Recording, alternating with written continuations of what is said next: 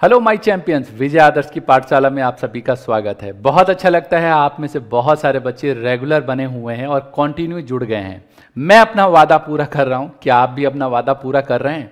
बहुत सारे बच्चे बिल्कुल इस क्लास को अपने दोस्तों को इन्होंने स्प्रेड कर दिया है। नीचे कमेंट में रेगुलर बने हुए हैं। बहुत अच्छा लगता है जब आप नीचे कमेंट में मुझे बताते हैं। जब बातचीत करता हूं आपसे, सच में बोलता हूं, दिल खुश हो जाता है। बहुत मजा आता है आपसे बात करके।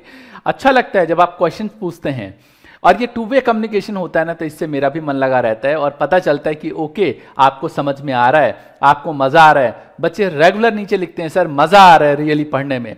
और ये अमेजिंग है मेरे लिए भी, क्योंकि मुझे पढ़ाना बहुत अच्छा लगता है और आपको पढ़ने का एक नजरिया मिल रहा है एग्जैक्टली कि पढ़ना कैसे है। तो ये मेरे और तुम्हारे दोनों के लिए एक बहुत एक खुशखबरी कह सकते हो, एक खुशनसीबी कह सकते हो कि हम जो है वो मिले और इस तरीके से पढ़ रहे हैं। गुड। एक कमेंट है एक बच्चे का और मुझे लगा कि क्यों ना हम इस वीडियो में इसकी चर्चा कर लें। तो इस बच्चे ने बोला कि सर आपकी जो बुक्स है क्या ये रेगुलर हैं? बच्चा वैसे पंकज जो है ये रेगुलर है, क्लास 12 का स्टूडेंट है और ये रेगुलर जो है पहली क्लास से लेकर और अभी तक ये रेगुलर बने हुए हैं, रेगुलर कमेंट करते हैं। तो इन्होंने बोला कि सर क्या आपकी कोई किताब भी है, अगर वो हमें लेना हो? मैं आपको पहले किताब दिखाता हूँ, आपको भी अच्छा लगेगा। ये इको की किताब है, वैसे कवर इसका हमने चेंज कर दिया। ये देखो, विजय आदर्श।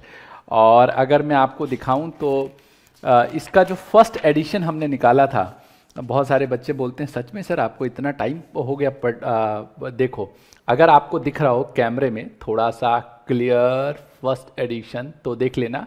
इधर हमारा जो फर्स्ट एडिशन है वो हमने 2009 में निकाला था, इसका फर्स्ट एडिशन। और मैं कभी कभी अपनी इस किताब को देखता हूँ तो रियली बहुत मज़ा आता है। हमें 2 साल लगे इस पूरी किताब को बनाने में और इस किताब को वैसे यूँ हिंदी मीडियम में है, ये प्रीफेस है इस किताब का। और यहाँ पे हमने इस चैप्टर के पूरे कंटेंट लिखे हुए हैं, मतलब ऐसा है नहीं है, अभी भी हम देते हैं। ये हिंदी मीडियम का, इंग्लिश मीडियम का भी है, वो भी मेरे सामने नहीं है, वो दूसरे ऑफिस में हमारे। तो ये चैप्टर वाइज इस तरीके से क्वेश्चन आंसर फॉर्मेट में बनाया था हमने और अभी भी बच्चे इसको पढ़ते हैं। ये पूरी की पूरी जो किताब है वो क्वेश्चन आंसर फॉर्मेट में है। और देख रहे हो यहाँ पे प्रोजेक्टर हमने लगा रखा है। तो 2008 में ही हमने प्रोजेक्टर सिस्टम लगा दिया था। हमने बताया यहाँ पे कि हम प्रोजेक्टर से पढ़ाते हैं और बच्चों को बहुत मज़ा आता था पढ़ने में। भाई सिंपल सी बात है, मेरे को जब पढ़ाने में मज़ा आता है तो बच्चों को क्यों नहीं पढ़ने में मज़ा आएगा। और उसी समय हमारी जो हमारे ऑफलाइन क्लासेस हैं वो AASS के नाम से चलते रहे हैं। जो हम लोग ऑफलाइन पढ़ाते हैं, ऑनलाइन में स्टे लर्निंग का नाम या विजय आदर्श का नाम आता है। तो इस तरीके से पूरी की पूरी किताब क्वेश्चन आंसर फॉर्मेट में पूरी की पूरी थी और जितने भी बच्चे हमसे पढ़ते रहे थे उनको हम ये किताब देते रहे थे, वो पूरे सेट के साथ देते थे। और बच्चा जो है मज़ा आता था उनको पढ़ने में, क्योंकि मैंने टॉपिक पढ़ा दिया, नोट करवा दिया और नोट करने के बाद जो बच्चा है इसमें से कभी भी दोबारा, ये तो शॉर्ट नोट है, पूरा फुल फ्लैश जो नोट है वो हम लोग इस तरीके से बच्चे को देते थे। और ये देखो फ्रंट पेज दिखाता हूँ इसका कैसा था। ये फ्रंट पेज बाय विजय आदर्श और यहाँ पे मैंने अपनी उस समय की क्वालिफिकेशंस भी लिखी हुई है, BCom honours, MCom and LLB, इस तरीके से ये पूरा का पूरा। और लास्ट पेज पे हाँ एक चीज़ बताता हूँ और बहुत अच्छा लगेगा आपको। मेरी स्टार्टिंग से रही है कि बच्चों को मोटिवेट करना। यहाँ तो प्रॉब्लम ये होती है कि टाइम की थोड़ी लिमिटेशन होती है, तो मैं जो है आप लोगों से थोड़ा इस तरीके से ज़्यादा इंटरेक्ट नहीं कर पाता, क्योंकि टाइम की लिमिटेशन कैसा कि मेरी कोशिश होती है कि कम टाइम में जो है चीज़ों को ख़त्म कर दिया जाए। एक चीज़ दिखाता हूँ इस बुक की सबसे खास बात, और हमारी जितनी भी किताबें हैं उन सभी किताबों की एक खास बात दिखाता हूँ मैं आपको। हर किताब के लास्ट में इस तरीके के हम कोटेशन देते थे, तो बच्चों को जो है बहुत मज़ा आता रहा है, बहुत मज़ा।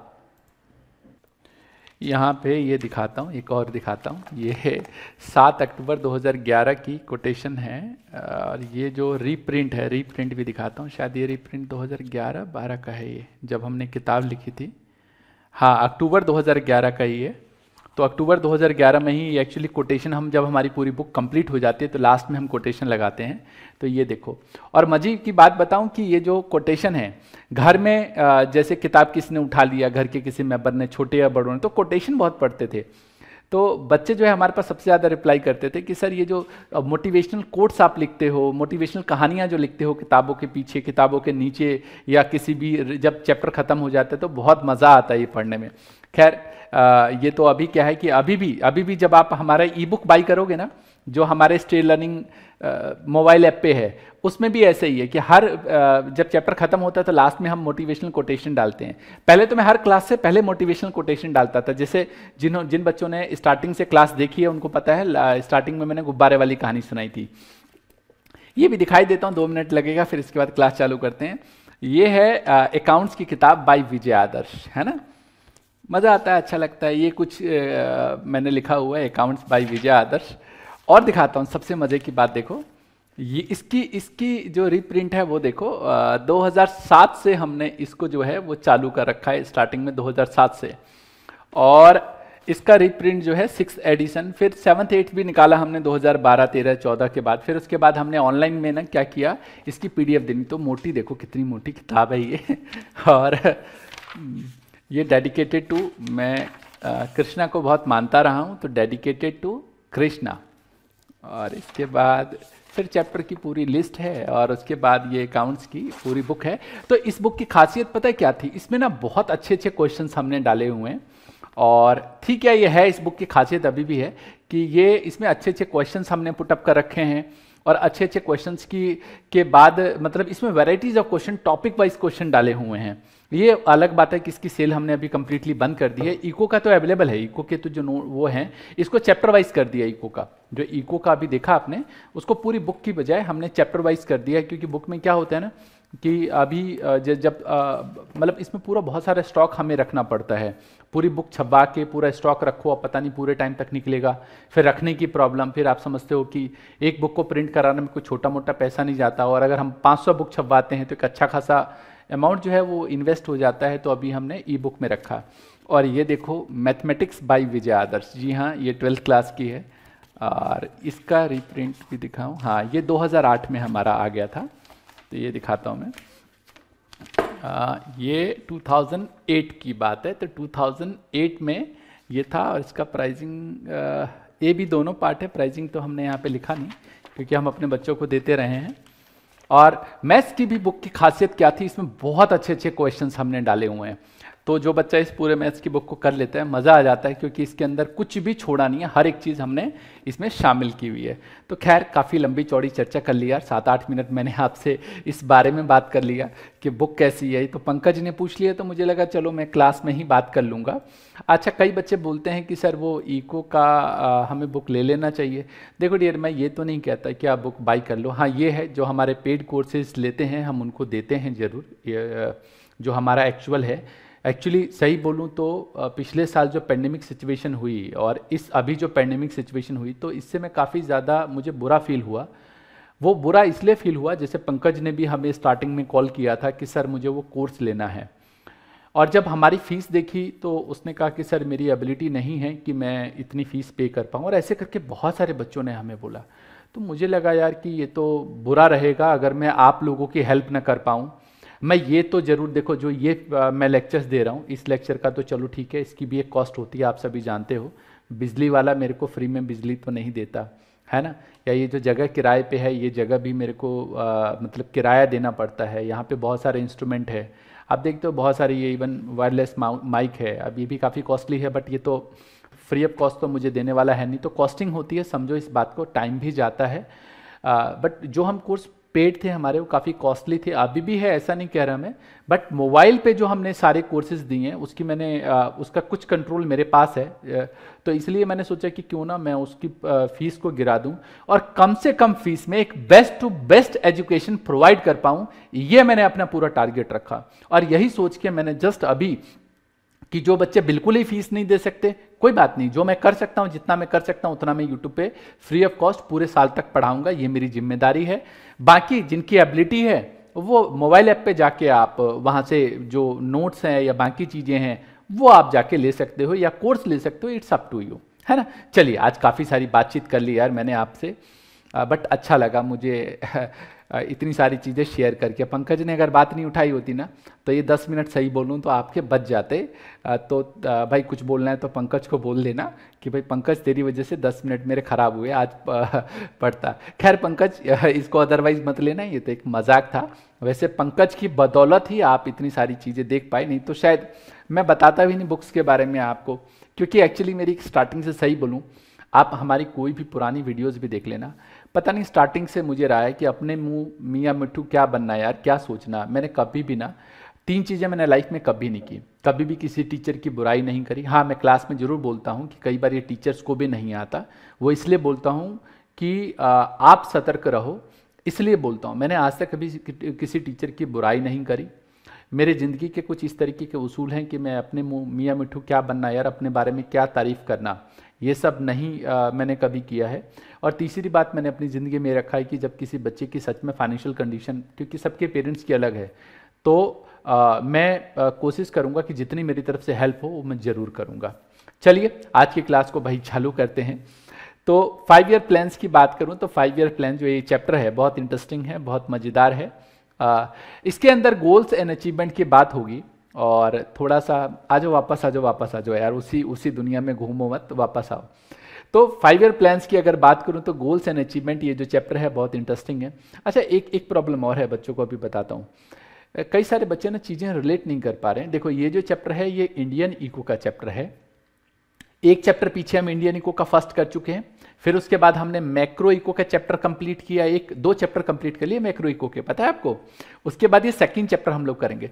पहले मुझे लगा पूरी एक बुक खत्म करा दूं, ये ठीक नहीं है, तो क्यों ना पहले मैं क्या करूं कि एक बुक का एक चैप्टर ले लूं, फिर दूसरी बुक का एक चैप्टर, फिर एक बुक का एक चैप्टर, फिर दूसरी बुक का एक चैप्टर, या 2 चैप्टर इस बुक के पढ़ा दूं, 2 चैप्टर इस बुक के।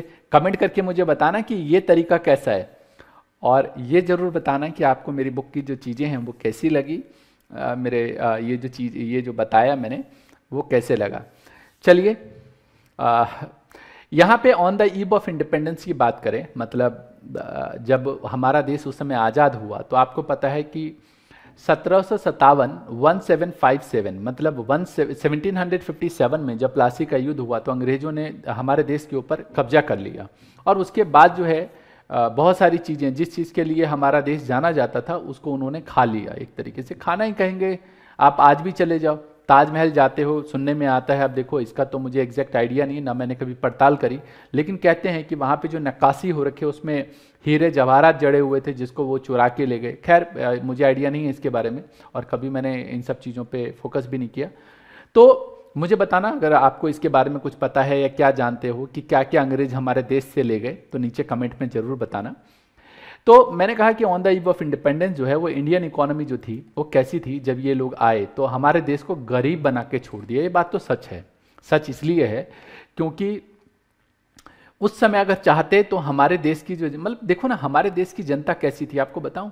मुझे आज भी याद है जब मुझे पता चला कि हमारे देश पे कब्जा कैसे किया। आपको बताऊं, एजुकेशन सिस्टम हमारे देश का जो था, आज भी जब आप पुरानी मतलब रामायण देखते हो, महाभारत देखते हो, तो उसमें कैसे देखते थे, गुरु और शिष्य वाली जो परंपरा थी वो चलती थी। हमारे देश में स्कूल्स नहीं होते थे, हमारे देश में कोई ग्रेड सिस्टम नहीं मिलता था। और ऐसा नहीं कि हमारे देश में कोई मैथमेटिशियन पैदा नहीं हुआ। आपको पता है कि जीरो जो है वो हमारे देश से ही मिला। आपको पता है रामानुजन, जिन्होंने मैथमेटिक्स के ऐसे बड़े से बड़े सवाल जो है वो हल कर दिए। अभी आनंद सर के बारे में आपने सुना होगा, जो सुपर 30 के संस्थापक हैं, वो भी मतलब एक अच्छे मैथमेटिशियन हैं और वर्ल्ड में उनका नाम है। तो ऐसा नहीं कि हमारे देश में किसी चीज की कमी है, लेकिन जो एजुकेशन सिस्टम इन लोगों ने खराब किया हमारे देश का, वो जानते हो कैसे किया।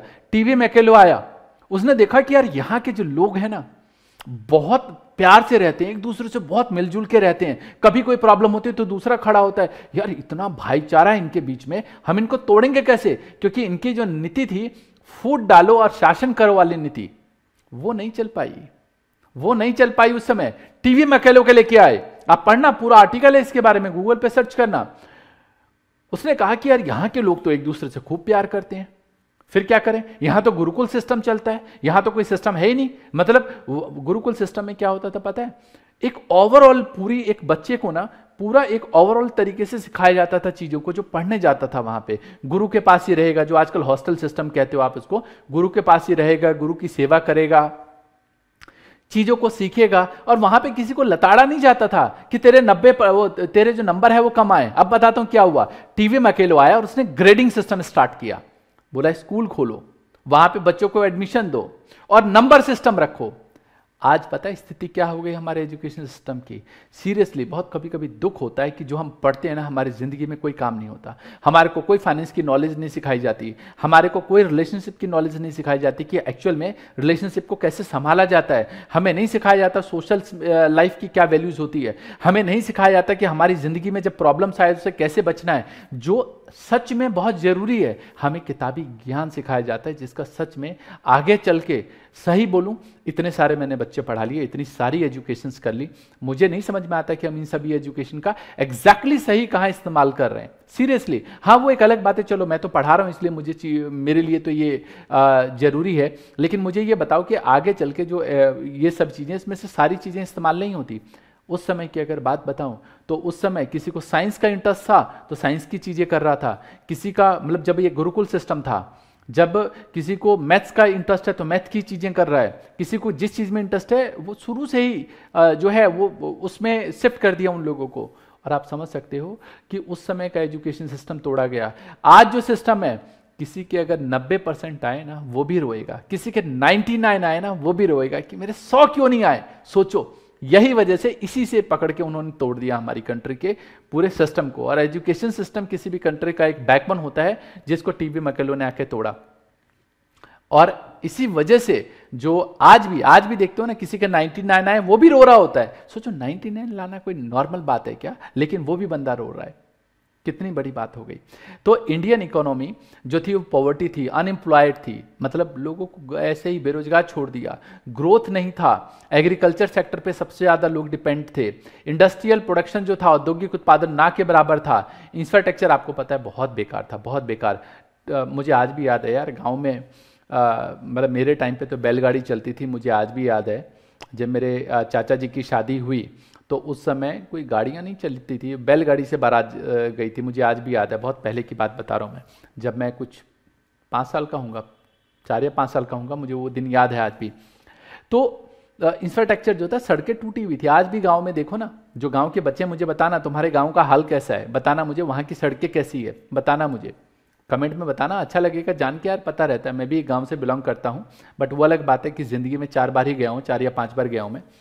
तो अगर मैं बात करूं यहाँ से, तो ये सब जो चीज़ें हैं ना, रियली बहुत वो लगता है। उस समय तो और बुरी स्थिति थी, इनकम की जो बोलें तो असमानता बहुत ज़्यादा थी। एक गरीब बहुत ज़्यादा गरीब था तो एक अमीर और ज़्यादा, मतलब अमीर अमीर होता जा रहा था, गरीब और ज़्यादा गरीब होता जा रहा था। बहुत मज़ा आएगा इस चैप्टर को पढ़ने में। आज एक्चुअली सही बोलूँ तो हमने बहुत इमोशनल बातें कर ली यार, बुक के बारे में चर्चा कर ली तुमने। सीरियसली यार, इन सभी किताबों में बहुत मेहनत करी मैंने, बहुत मेहनत करी, दिन रात। मैंने एक्चुअली इसके लिए बंदे बिठाए और 1 साल 1.5 साल लगा हमें इस पूरी बुक को फाइनल करने में, ये अकाउंट की बुक को फाइनल करने में, ये इको की बुक को फाइनल करने में। 1-1, 1.5 साल, 2-2 साल। आज भी हमारे यहाँ पूरा स्टाफ है जो सभी चीज़ों को मैनेज करता है। तो अगली क्लास से चालू करेंगे। आज हमने इधर उधर की बातें थोड़ी ज़्यादा कर ली और मैं चाहता हूँ, बहुत लंबी क्लास भी होती है ना तो बोरिंग से हो जाती है। तो नेक्स्ट क्लास में इस चैप्टर की जो और चीज़ें हैं वो बात करेंगे। पढ़ के रखना।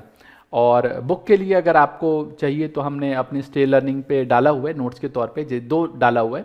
एक है घंटों की पढ़ाई मिनटों करके डाला हुआ हमने स्टे लर्निंग ऐप पे, और दूसरा डाला है माइंड मैप करके। तो माइंड मैप में हर चैप्टर की समरी है, वहाँ डेमो में देख लोगे पता चल जाएगा। तो इसी का ब्रेक करके हमने डाला हुआ है। चलिए, उम्मीद करता हूँ आज कुछ पर्सनल बातें हो गई तो अच्छा लगा होगा आपको सुन के। नीचे कमेंट में मुझे बताना कैसा लगा, कुछ अपनी भी शेयर करो यार, अच्छा लगता है आपकी भी सुननी, है ना। चलिए मिलेंगे नेक्स्ट में, तब तक के लिए all the best, take care, जय हिंद, जय भारत।